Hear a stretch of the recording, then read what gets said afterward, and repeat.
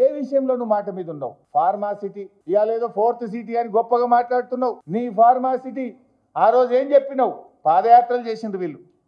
సీతక్క గారు, బట్టి విక్రమార్క గారు, ఉత్తమ్ కుమార్ రెడ్డి గారు ఈ ఫార్మాసిటీ ప్రాంతంలో పాదయాత్ర చేసి కేసీఆర్ గారు మీ భూములు లాక్కుంటున్నాడు, ఫార్మాసిటీ వద్దు, కాంగ్రెస్ అధికారంలోకి వస్తే మీ భూములు మీకు వాపసు ఇస్తామని మాట్లాడింది కదా.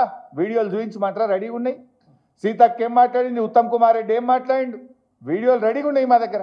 ఆ రోజేమో కాంగ్రెస్ అధికారంలోకి వస్తే మీ భూములు మీకు వాపసు ఇస్తామన్నారు. కానీ ఇవాళ ఏమంటుండ్రు?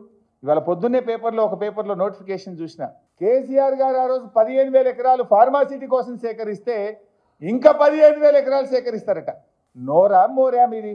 భూములు వాపసు ఇస్తామన్న మీరు మరో 15,000 ఎకరాల భూమి సేకరిస్తాము అని చెప్తే మీకేమన్నా కొద్దిగానన్నా ఉన్నదా?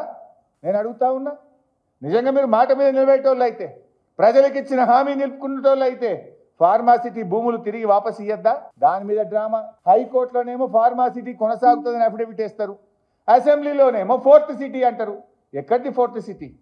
ఎవరా భూమి సేకరించిండ్రు?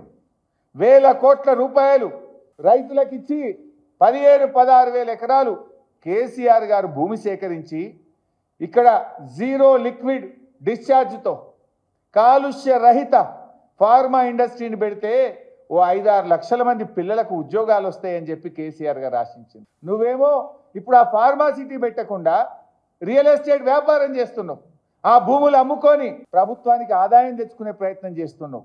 కేసీఆర్ ఏమో యువకుల కోసం, నిరుద్యోగతుల కోసం ఉద్యోగాలు రావాలి, ఈ రాష్ట్రం అభివృద్ధి జరగాలి, ఈ రాష్ట్రంలో ఆదాయం పెరగాలి, జీఎస్టీ పెరగాలని కేసీఆర్ ఆలోచిస్తే నువ్వు దాన్ని రద్దు చేసి 4th సిటీ పేరు మీద నీ భూముల విలువ పెంచుకోవడానికి నువ్వు రియల్ ఎస్టేట్ వ్యాపారం చేసే ప్రయత్నం చేస్తున్నావు. రేవంత్ రెడ్డి చీమునెత్తురుంటే మాట మీద ఉండేటట్టు అయితే ఆనాడు కాంగ్రెస్ పార్టీ ఫార్మాసిటీ భూములు వాపసు ఇస్తామన్నారు. అయితే భూములు వాపసు ఇవ్వండి, లేదా ఫార్మాసిటీ పెట్టి నిరుద్యోగ యువతకు ఉద్యోగాలు వచ్చేటట్టు చేయి. ఇది అబద్ధం కాదా? ఎల్ఆర్ఎస్ విషయంలో అబద్ధం, ఫార్మాసిటీ విషయంలో కాంగ్రెస్ అబద్ధం. అబద్ధాలకు బ్రాండ్ అంబాసిడరే రేవంత్ రెడ్డి.